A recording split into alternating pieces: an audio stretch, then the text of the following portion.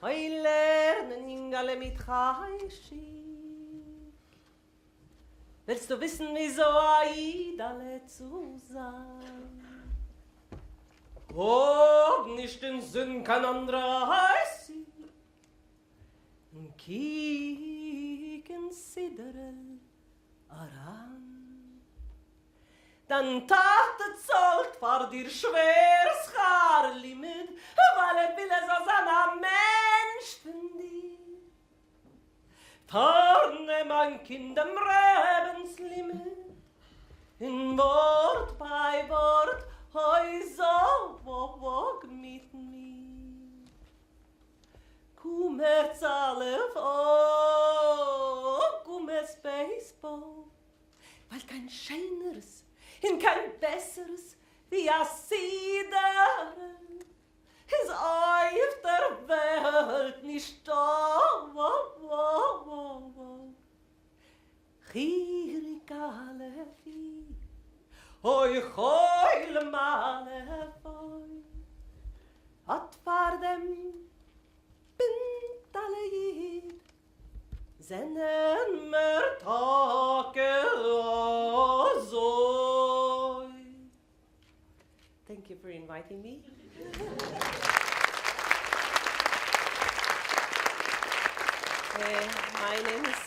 My name is Bente Kahan. I live in Wrocław, but I'm born in Oslo, Norway.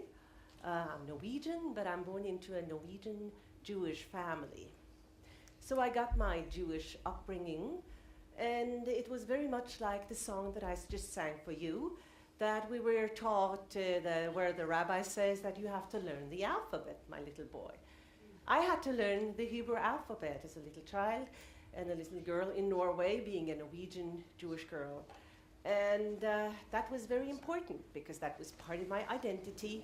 I had to learn the Hebrew letters. I had to learn how to read Hebrew. I had to learn how to read my prayers. And I had to learn about the Bible. And I had to learn about Israel, who was just established 10 years after I was born.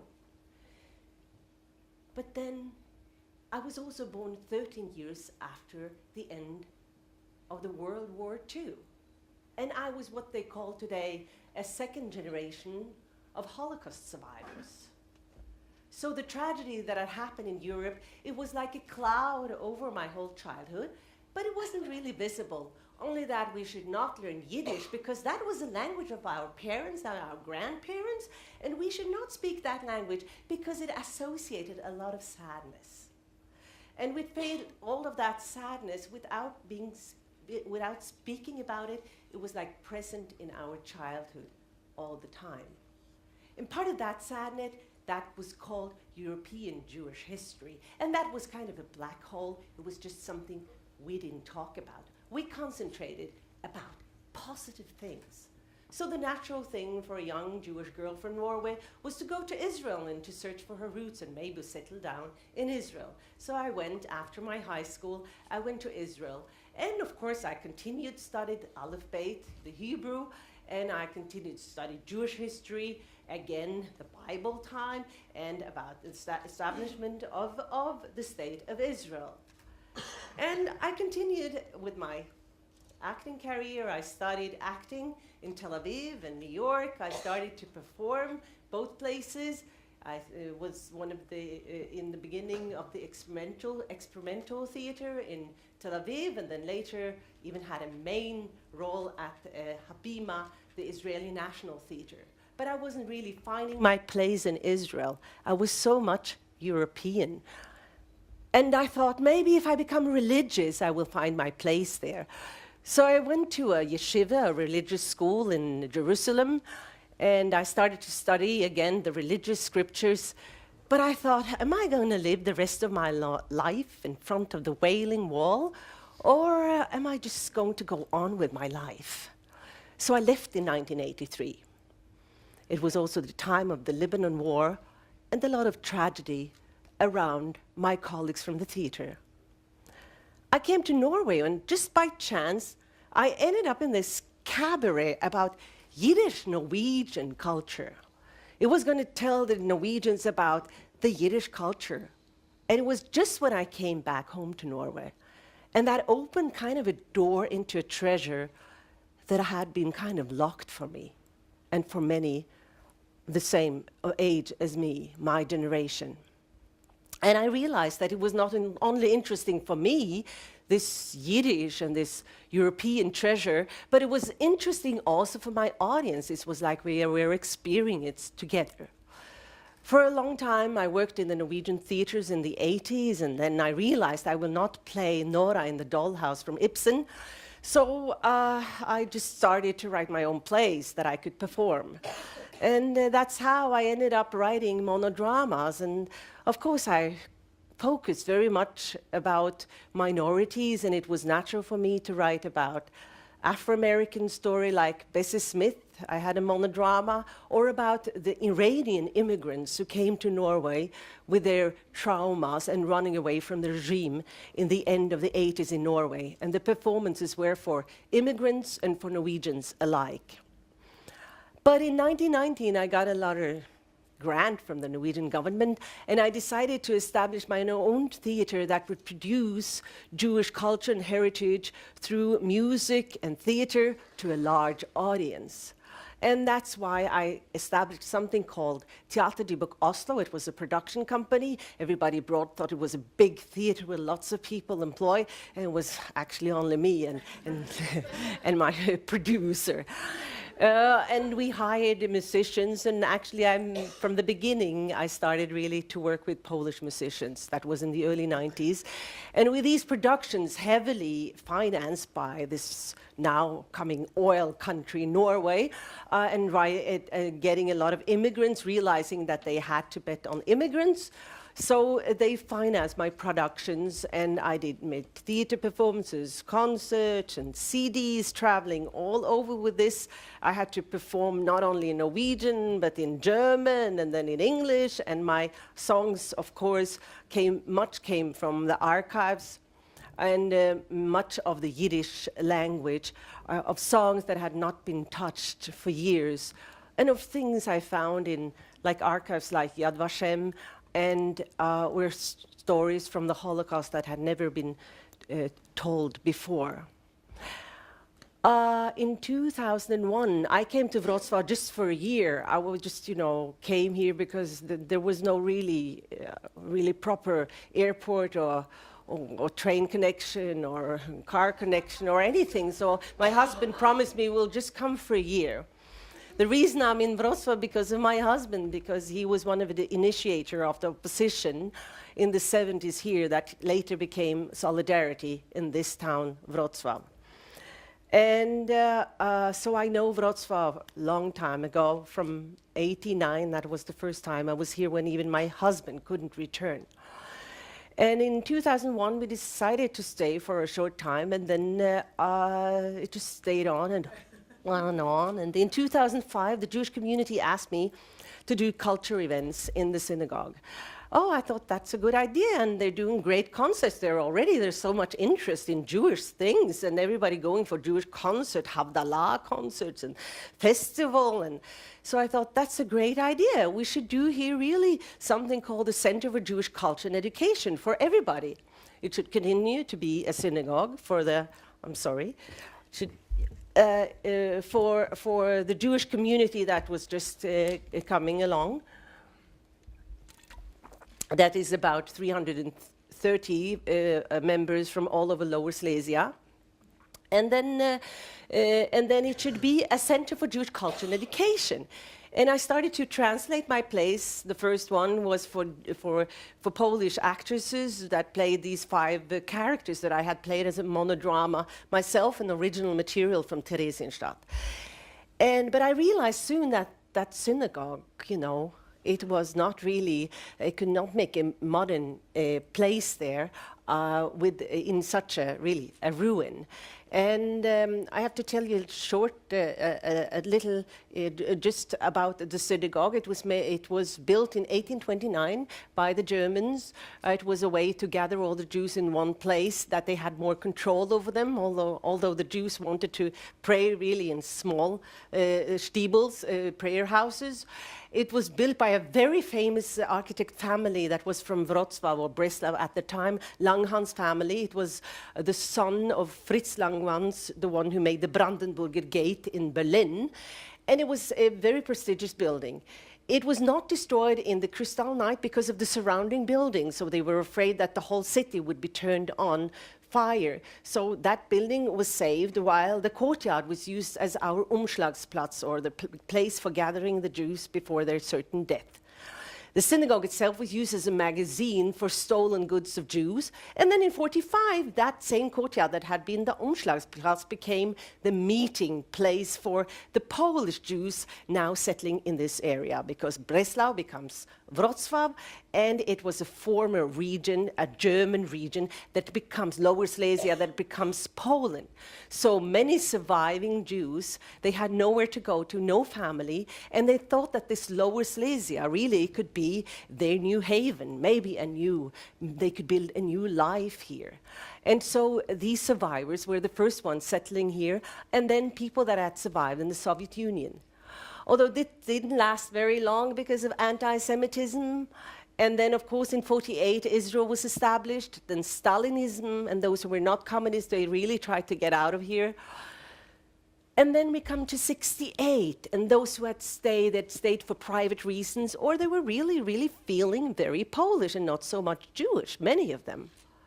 But suddenly there was a conflict in the Communist Party, and the Jews again, of course, to be blamed. So the Jews lost their jobs, most of them, and they just got the paper one-way ticket out of Poland. That was when I was 10 years old, and I remember it very well, that my father went to that ship in Copenhagen to receive all those Jews from Poland. That 1968 was really what made later this kind of reputation of not being a friendly country for Jews. And of course, with the synagogue, it was fatal, because the state said, well, there are no Jews, so we just take the synagogue, and they confiscated it. So then in 1989, in Free Poland, several people wanted to give this synagogue back to the newly Jewish community. And there's just one I would like to mention, which is not very often that a Jew mentions a Catholic, but really one that is really very much here to be honored for this. It was the Cardinal, who is this year going to celebrate his 90th birthday, Cardinal Gulbinowicz.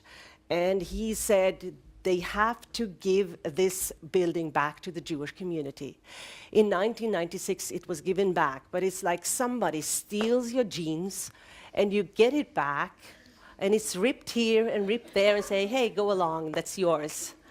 So it was just a newly established Jewish community after communism had fallen, and they tried to renovate this huge building. And they managed to do the ceiling, and they managed to do the floor, but it was not really going forward. When I got involved, I thought, well, I'll just do some cultural events in there, and the idea was that the Jewish community was going to continue the renovation. But it was going extremely slowly. And then I met up with this entrepreneur from Wrocław, had several doctor degrees, because that's what they have here in this part of Europe.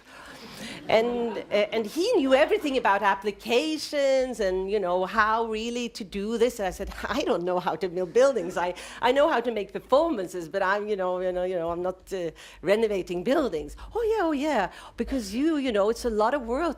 You're an artist. Worth anything? I mean, people don't pay for my concerts and anything. Well, what am I worth? Nothing. But a lot of people. Oh yeah, maybe I do, but they never help me anywhere or everywhere, and whatever. Anyway, we kind of thought a way how to make a foundation, and he brought along his friend, who was also with several doctor degrees, and was also a specialist in these new European funds coming along. So we managed to do the foundation that was so very, very modestly called the Bente Kahan Foundation. Like my brother says, oh, well, it's only Bill Clinton and you have their own foundation. But I'll tell you the reason for that. It was also because there was so much conflict in that whole synagogue. A lot of, it was a group of people owning it and, not very maybe transparent, difficult to touch. So I say, blame it all on me, that's fine. So if everything goes wrong, there's one person to point out. So the thing was that we were lucky. We made an agreement with the Jewish community, and the mayor came along and we told him it's not the Nazis who destroyed the synagogue. It was really from the deterioration of the communist regime.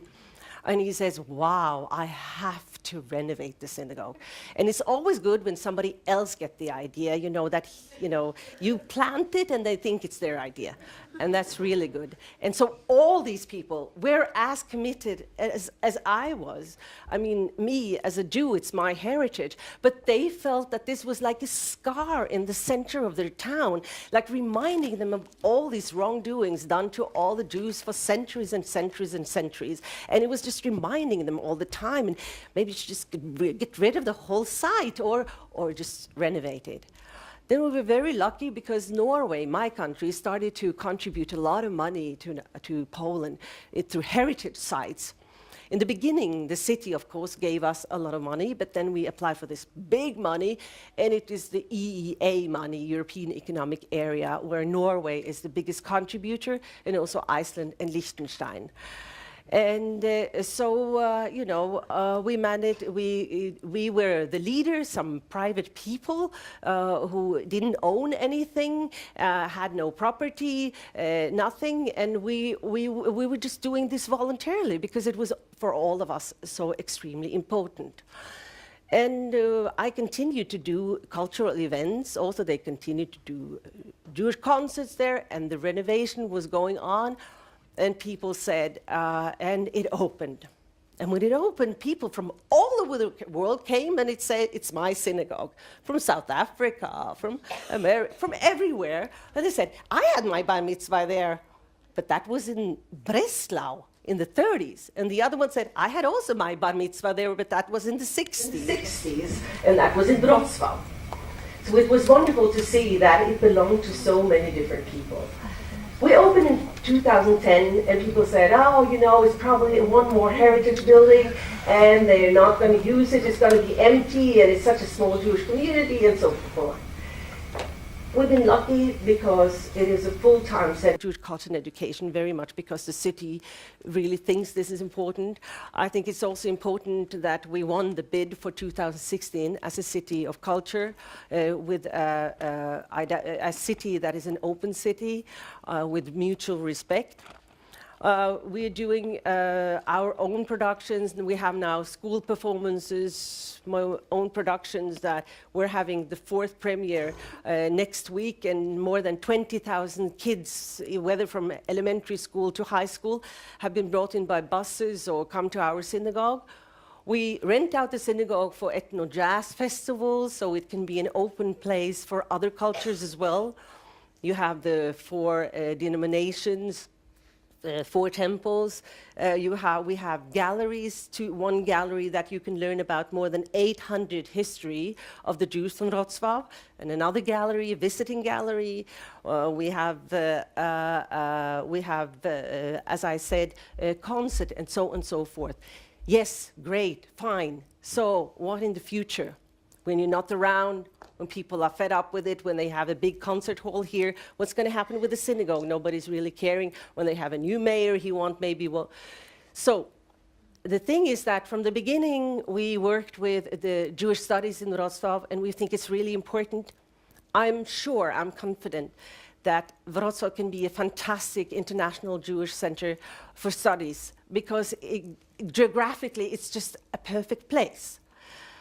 And so we've written already a contract with the university, and we're founding already co-founding a Holocaust position from the fall. Yes, and all this. So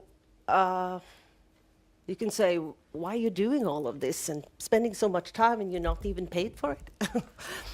Well, now I get to the point. These days, oh, I forgot to tell one thing though, that the application was number 13, and it's my lucky number, and today is 2013, so I hope this lecture will be also important for I'm so happy to speak to you this age, first time in Wrocław. I'm really happy for that. I want to come now to my point, because I called my lecture Reclaiming History. And I want to go back to this thing that I felt that a lot of things were stolen from me, personally. We're celebrating now the 70th anniversary of the ghetto fighters, this ghetto uprising. It's just in a few days, 19th of April. A few years ago, I sang at the monument with Marek Edelman, the hero from that uprising, on my left side. A few years later, I sang in his funeral, and now he's not around anymore. And many other survivors are not around anymore. We have their biographies, their stories. We have things in archives. But we also have lots of European history written in Yiddish, which is important for all Europeans. We have a lot of Jewish history written Jewish history is an integrated part of Europe. It's impossible to learn European history without integrating the Jewish history. And then you can say that they killed the people. They stole their property, everything what they owned, but they stole my history. And it's also your history. They stole our history. And that's why, if we want to build a Europe that makes sense for all of us, with human rights, civil society, or anything, the Holocaust will always be a measurement. And if we want to learn anything about our continent whatsoever, we have to also learn about the Jewish history. That is why I'm continuing, and my team continuing to reclaim history, and we believe that Wrocław can be part of it. Thank you.